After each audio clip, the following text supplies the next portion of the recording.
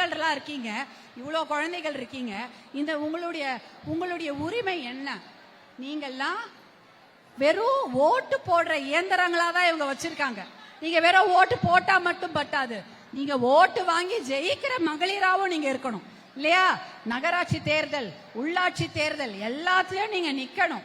ஒரு ward member ஆகலாம், ஒரு கவுன்சிலர் ஆகலாம், ஒன்றிய மெம்பர் ஆகலாம், மாவட்டத்துல கவுன்சிலர் ஆகலாம், நகராட்சியா இருந்தா மேயரா கூட ஆகலாம். எல்லாம் ஆகலாமா இல்லையாமா? அழகா சொல்றாங்க, ஆகலாமான்றாங்க. அப்படிதான் இருக்கணும். ஏன்னா ஒரு 50 ஒரு 200 ஓட்டு வாங்கலாம், 500 ஓட்டுன்னு ஒரு கவுன்சிலர் இருக்கு, 5000 ஓட்டு கவுன்சிலர் இருக்கு, 50000 ஓட்டு மெம்பர் இருக்கு. இதெல்லாம் நீங்க ஆகலாம். இதையெல்லாம் நீங்க செய்தீர்கள் என்றால் உங்களுக்கு ஒரு தைரியம் வரும். உங்களுக்குனே தனியாக நீங்க உங்க ஊருக்கு எதனா செய்து கொள்ள வேண்டும் என்றால் செய்து கொள்ளலாம் இல்லையா?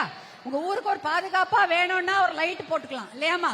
ரோடு போட்டுக்கலாம், எது வேணாலும் செய்யலாம். அதனால எலெக்ஷன் ஒண்ணு வருது, அது தெரியும்ல. எலெக்ஷன்லயும் நீங்க என்ன பண்ணணும், யாரு உங்களுடைய ஹீரோன்னு பாத்துக்கோங்க. உங்களுக்காக நம்ம அந்த பாப்பா யார் உங்களுடைய ஹீரோனா அன்புமணின்னு சொல்லுது. ரொம்ப நன்றி, என்னுடைய ஹீரோ அன்புமணி தான்.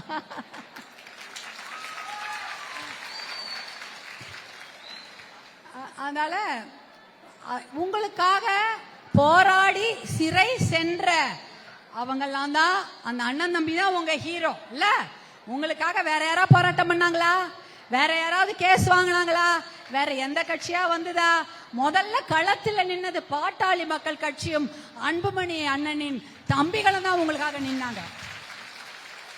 அதனால நீங்க அவங்களுடைய அன்புமணி அண்ணனுக்கு நீங்க தங்கச்சிகளாகவும் அவருடைய சகோதரிகளாகவும் அவருடன் பின்னால் நிற்க வேண்டும் என்பதை நான் கேட்டுக்கொள்கிறேன். ஏன்னா உங்களோட நாங்க என்னைக்கோ நிக்கிறோம், நீங்களும் எங்களோட இருங்கன்னு கேட்டுக்கிறோம். இந்த தேர்தல்ல 1000 ரூபாய் எல்லாம் கொடுத்தா ஏமாந்துடாதீங்க, எவ்வளவு கொடுத்தாலும் ஏமாந்துடாதீங்க. ஏன்னா 5 வருஷம் மிளகா அரைக்கிறதுக்கு தான் இப்பயே அதெல்லாம் கொடுக்குறாங்க. அதனால 5 வருடம் ஏமாத்துறதுக்கு தான் இப்ப உங்களை ஏமாத்த வராங்க. பெண்கள் ஓட்டு தான் அவங்க முக்கியமா குறி வைக்கிறாங்க. ஏன்னா பெண்கள் ஐயோ 1000 ரூபாய் கொடுத்துட்டாங்களே, பால் அடிச்சு சத்தியம் வாங்கிட்டாங்களே, பிள்ளைங்க மேல சத்தியம் வாங்கிட்டாங்களே, என்ன பண்ணுது வீட்டுல, நீ வேணா அங்க பாட்டாளி மக்கள் கட்சி அண்ணனுக்கு ஓட்டு போடு அப்படின்னு சொல்லி எத்தனையோ பெண்கள் மனசு மாறிடுறாங்க. அதெல்லாம் மனசு மாறாதீங்க. ஏன்னா ஏமாத்துறதுக்காக செய்யற ஒரு விஷயம், ஆசை காட்டி உங்களை ஏமாற்றி உங்களை வாழ்க்கையை புடுங்கிறதுக்கு தான் இதை செய்யறாங்க.